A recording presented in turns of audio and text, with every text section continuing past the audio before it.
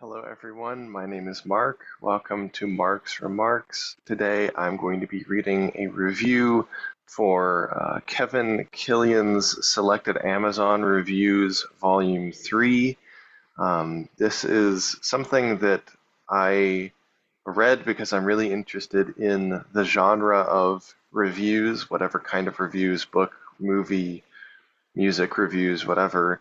I'm really interested in the genre itself and what the genre is capable of. A lot of times people, in my opinion, take very boring approaches to reviews, and I don't like doing that. I like doing much more poetic, much more philosophical, much more essay approaches rather than just kind of a straightforward summary of what happened or what I thought about it.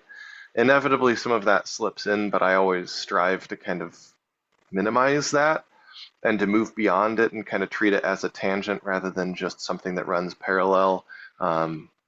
So hopefully this review will be one that kind of helps expand upon that.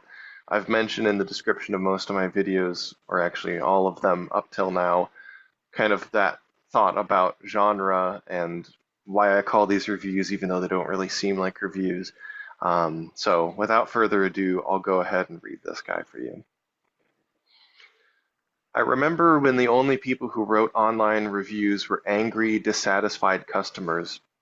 Instead of waiting on instead of waiting on hold to chew someone out, the next best thing was to leave a harshly worded one-star rating.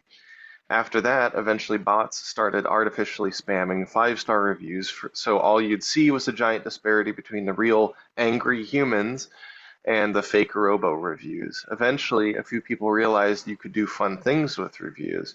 My friend Nadia learned you could write tangentially relevant poetry instead of movie reviews, and you could still get likes and followers. Kevin Killian, the author, threatened to do something similar here with Amazon reviews, but too many of them fall from creative writing experiments back into that same deadly typical reviewer tone of voice. There's nothing objectively wrong with straightforward, informative reviews.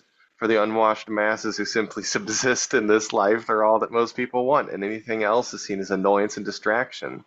Some people find them mildly entertaining, but too often those become copy pastas for all of the pseudo-interesting people to replicate across the internet, like the Navy SEAL one. What these reviews miss is the human who is reviewing the thing itself. I loved a select few of these reviews because they went totally sideways and told stories instead of giving any semblance of a formal review. Too many of them slipped almost immediately into the typical tone of voice, the same tone I'm worried that this review is slipping into right now. To me, reviews are first and foremost reactions, some kaleidoscope through which you can see the thing being reviewed refracted through the prism of a hopefully cultured person.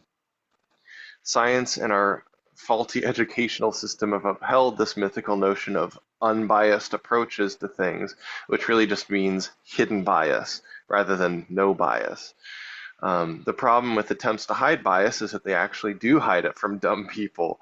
Even moderately intelligent people can usually see right through such efforts, but even they tend to fall into the trap of idealizing scientific objectivity. Why, after all, would we ever want to be objective? Numbers are objective, but they have no personality, have no enduring interest for us culturally or spiritually. To attempt to be objective is to take a spade to your own chest cavity. It can't end well. The most indirect of Kevin's reviews is probably the first. His mention of the actual product is so passing that I'm tempted to think he left a review without actually buying it. That glancing strike is exactly what I aim for in my own reviews. I abhor the direct assault, as would any sane general. Flanking, feigning, and other diversions are baked into my writing at this point. In spite of that, let's focus on some of the incidentals of these reviews. First off, the names of these Amazon products. Here we see an embryonic form to slide toward today's incomprehensible paragraphs of adjectives. They used to simply be awkward. Now they're Lovecraftian labyrinths. We learn a lot about Kevin from the items he reviews. He's an LGBT author interested in a lot of random detritus. Like any good American, he buys lots of disposable plastic crap, and he finds no problem with the pollution or the same-day delivery rush that he imposes on the environment and Amazon employees, respectively. Secondly, we can't see any of his ratings. I've complained in previous reviews about the violence that star ratings give, but for most of the garbage that Kevin buys, it's more applicable, which makes a lack of them all the more ironic. For art in general and writing in particular, it feels especially vulgar to assign star ratings to aesthetic objects. In the case of books, to what extent are you rating the object itself, its weight, dimensions, the quality of the publisher's materials slash production, the editor's competency, the author's competency, your own interpretive competency, your own life experiences happening at the time of the reading, or any number of other things. Shortly put, a review is never just a review. Like statistics, which are politically slash philosophically worthless, both reviews and stats can only meaningfully tell you about the reviewer slash statistician themselves, rather than giving an objective view of the world. Over time and through careful study, one might slowly gain the ability to read through the review to find out about the book itself, but this isn't self-evident like most people believe. I recently read 2 books of poetry by Savannah Brown. The first, Sweet Dark, had a couple low-rated reviews I completely agreed with, yet I still gave it a star or 2 more than they did. Likewise, I read her third collection, Closer Baby Closer, basically the next day, and the close comparison betrayed its anemia. It was impossible for me to give it more than a couple stars, despite everyone in the top comments drooling over it. My experience of it was totally different than theirs, likely because they were fans of Savannah's for years and waited impatiently for the book. In my case, I just found them both on archive.org and downloaded them the same day. I also had no particular investment in her as a personality, so that made the objectivity of a rating a bit easier.